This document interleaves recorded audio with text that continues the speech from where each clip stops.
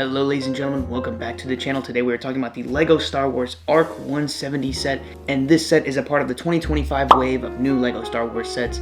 It comes with 4 minifigures, 3 clone pilots, and 1 R2 unit droid. And this one just so happens to be green, which is a pretty cool color. And a lot of people were having complaints with this set because it seems smaller than the previous 2010 and 2005 versions, which it is, but it is priced around the same range, this one being $70. Some people think that's a little too much for a 4 minifig, 1 Starfighter set. Mind you, again, this set comes with 497 pieces, which is more than the previous 2010-2005 sets. But this set uses actually more pieces, like the tile pieces. The biggest complaint right now with this set is that it's overpriced for the size of the set compared to the 2010 and 2005 models. Another big complaint is this set didn't feature a Jedi, specifically Plo Koon, because on the box art here we actually see Starfighter is actually on the box art. This set is pretty solid. I think $70 is a bit much with the price count and the amazing printing on the minifigures, which we'll get into. I think this set should be around maybe like $60 or $65, not pushing it all the way to $70. But honestly, it's a good buy. It's a solid model. It doesn't look too bad. There's only a few things that kind of bother me with it compared to the 2005 and 2010 versions. And as you can see on the box art, this actually is showing the Battle of Cato Nemoidia, where Plo Koon basically dies to an ARC-170. It will be done, my lord.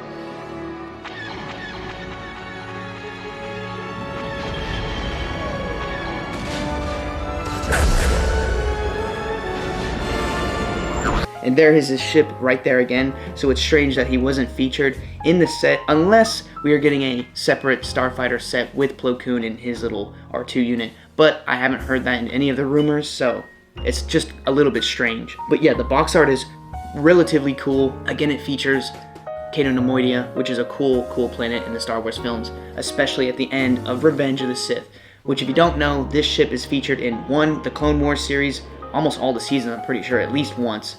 And then it was first debuted in the Revenge of the Sith, which is the 3rd of the prequel films. Another cool fact is the ARC-170 is actually the precursor to the original X-Wing.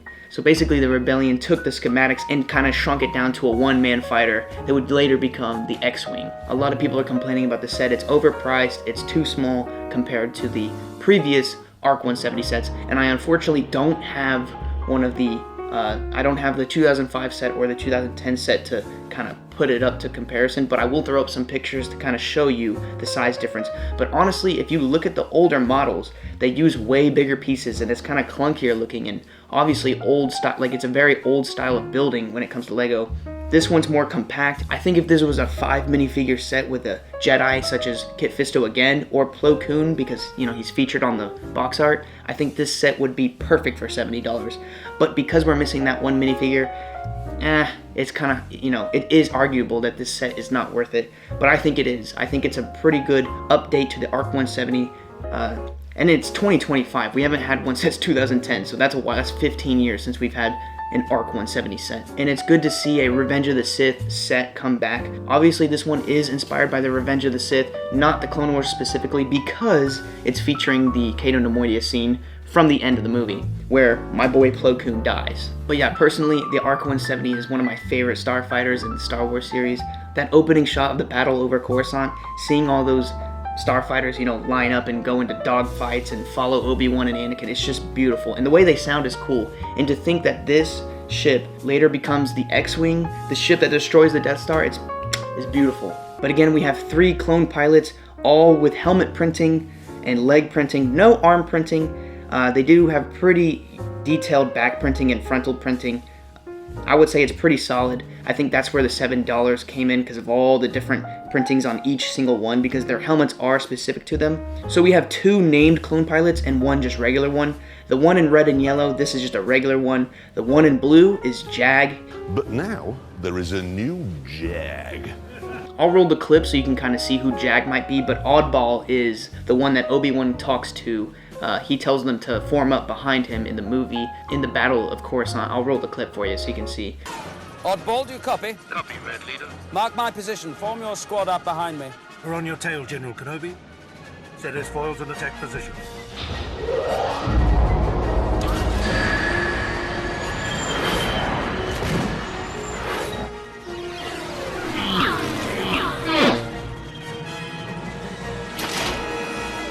This is where the fun begins.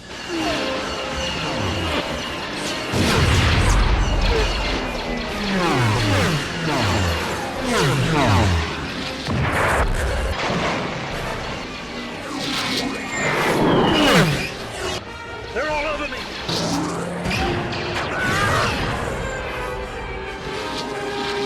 But yeah, we have Oddball, Jag, and then a clone pilot. And then right here we have, this is R4P44.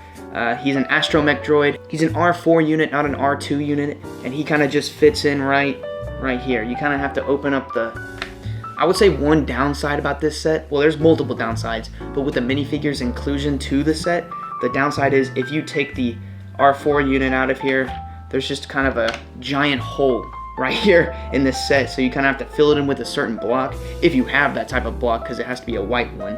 So let's go into what I don't like about the actual build itself of the ARC-170. I think the wings could be a little bit longer, like compared to the 2010 set to be specific. I think the engines look cool. I think it's cool that you can see how the gears work. It's kind of like a push lever mechanism. You just push a little lever and it activates these Technic pieces to push out the wings up and down. Pretty simple. There's no rubber bands or anything like that on the previous like X-Wing sets. Plus, while I have it here, I might as well show. I was talking about how the ARC-170 later becomes the X-Wing. So here's the X-Wing from 2018, and then here's the ARC-170. And like I said, the Rebellion would actually take the schematics and the inspiration of the ARC-170 and later create the X-Wing. And as you can see here, we have the S-foils. This is gonna be satisfying. Yeah. And then these ones are already up, but I'll go ahead and show you. It's quite literally just a little push lever here, and it just activates the S-foils as they go up and down. So the one thing that's cool about the ARC-170, it's kind of inspired by modern military. Pretty sure the gunship was heavily inspired by a Russian helicopter. I'm pretty sure, I don't know exactly what type it was, but the ARC-170 is also something that was inspired by modern military vehicles. And it had like a round kind of like bottom to it. And what they did with this one kind of sucks. They kind of like tried to go for that curvature like look, but it's literally just a flat plate at the bottom, so it kind of looks really goofy. I think the back is extremely ugly. It just looks out of place. And then here's kind of the top and the front. The engines, I think they did a pretty good job. You can see all the mechanisms here with the Technic pieces. The dual lasers in the back. You got all the cockpit seats. And I think for kids, this is a perfect playset. It's got all the spring shooters, and the minifigs are pretty cool to have as a kid, honestly. I remember I didn't have much clone pilots back then. So the helmet printing is new as of 2025, and the face prints are actually new too. They have a little yellow cover that's really attached to their helmets, but it's face printed onto them. There are quite a few stickers on this set. There's I think there's 2 for the wings and then 2 on the sides, and then every single cockpit has a sticker that goes over it, which doesn't match the actual color of the set. As you can see here, it's white, but it's more of a bluish gray compared to the white bricks that are used on the entire set, which sucks. They need to kind of fix their printing with the stickers, but you know, that's Lego over the years. Pretty sure there's a total of 9 stickers on this set, so if you're bad at putting stickers on a Lego set, sorry. But anyways, guys, this has been the ARC-170 Lego set. Let me know in the comments what you think about this set, if you're willing to buy. Do you think $70 is worth it for a set like this? This only has 4 minifigures and no Jedi minifigures when it's set in the Revenge of the Sith, and Plo Koon is featured right there? Like, damn.